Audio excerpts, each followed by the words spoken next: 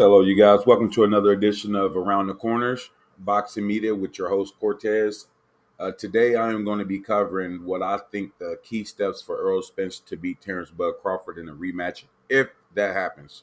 You guys know August, I think it was July 30th or 31st, where Errol Spence lost to Terrence Bud Crawford. He got stopped in the ninth round. A lot of people said that fight wasn't competitive. I disagree. I think that fight was highly competitive. I just think that Terrence Bud Crawford just was a better fighter that night. The things that I think that I see in this rematch that's going to play a major factor in Errol Spence stepping up his game is how he prepared for this fight. Um, I make no excuses on how he lost. It's all said and done. At the end of the day, I'm not the one in the ring, so I don't know specifically what all that entails when it comes to what he needed to do to make this fight, but I do know that there's a few things I think he can work on in the rematch.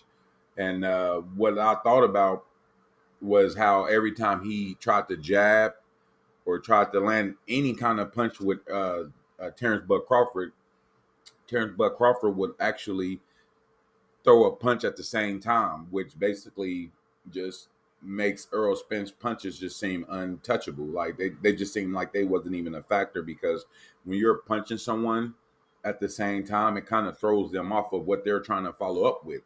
So in order for Errol Spence to get those shots off, I think he has to feint or use angles or some kind of other game plan in order to land those shots.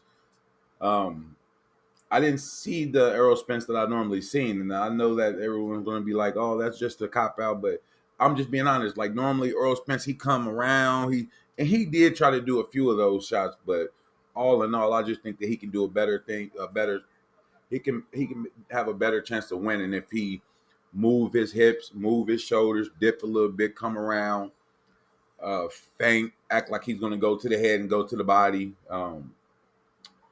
Another thing, I think that he needs to create a little bit more space when it comes to Terrence Bud Crawford.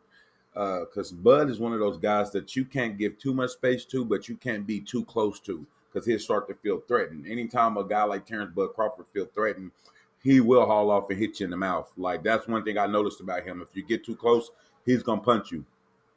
Um, there's a few other things that I think that Earl Spence can do as far as his preparation. I just think that not having so many people around that's not involved in the actual fight or the business side of the fight around when he's preparing for a guy like Terrence Bud Crawford. And obviously, with all this being said, I think that he knows what he has to do. I just think it's time for him to implement his game plan, come back the second time stronger, bigger, more aggressive, but not carelessly aggressive. There's a difference between being aggressive and overly aggressive.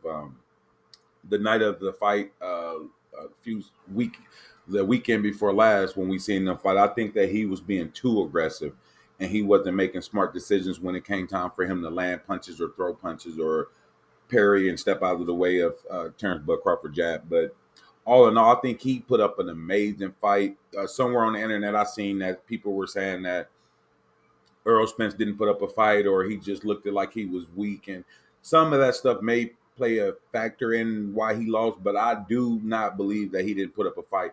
I think that Earl Spence put up a hell of a fight. If you go back and watch the rematch, this dude just kept getting up. He kept coming forward. He kept throwing punches. There was times where Terrence Bud Crawford would think that, let me not do too much because I like, they like each other. So he didn't want to kind of embarrass. You can tell he didn't want to embarrass Errol Spence Jr., but there was times that he kind of just sat back and didn't want to push the flow of the tempo of the fight. But Errol Spence was like, hit her up and throw a few punches, let him know, like, come on, keep fighting. So I like to see that from a top elite athlete. But all in all, tremendous fight, you guys. I just think that the rematch will be a lot more competitive. I think that the second fight is going to be way more competitive and way more action. I think that they both going to come with a better game plan because with all of the fans that we're saying, "Oh, Earl suck" or "He's great," Terrence Bud Crawford know that Earl Spence Jr. is still dangerous. You guys can have whatever opinion you guys want about Earl Spence Jr., but Terrence Bud Crawford doesn't look at it like the casual fans or even the fans that watch boxing like I do. He knows that Errol Spence Jr. is still one of the top athletes and still one of the top competitors in that division. And they're both going up to 154. So um, in this video, I wanted to do a huge shout out to my guy Chemside. If you're watching, dude, you have been a major role into me wanting to converse over to boxing and cover media as far as boxing from the boxing standpoint. But salute to you guys that's out here trying to make better content. But yeah, I think that the rematch is going to be damn worth it. I think that, of course, it wasn't the best we've seen Earl, but I think in his next fight, he definitely is going to show stuff that he never showed before. He's going to have to beat a guy like Terrence Bud Crawford. Just my take on it. Tell me, guys, what you think. Make sure you guys like, comment, and subscribe for more content.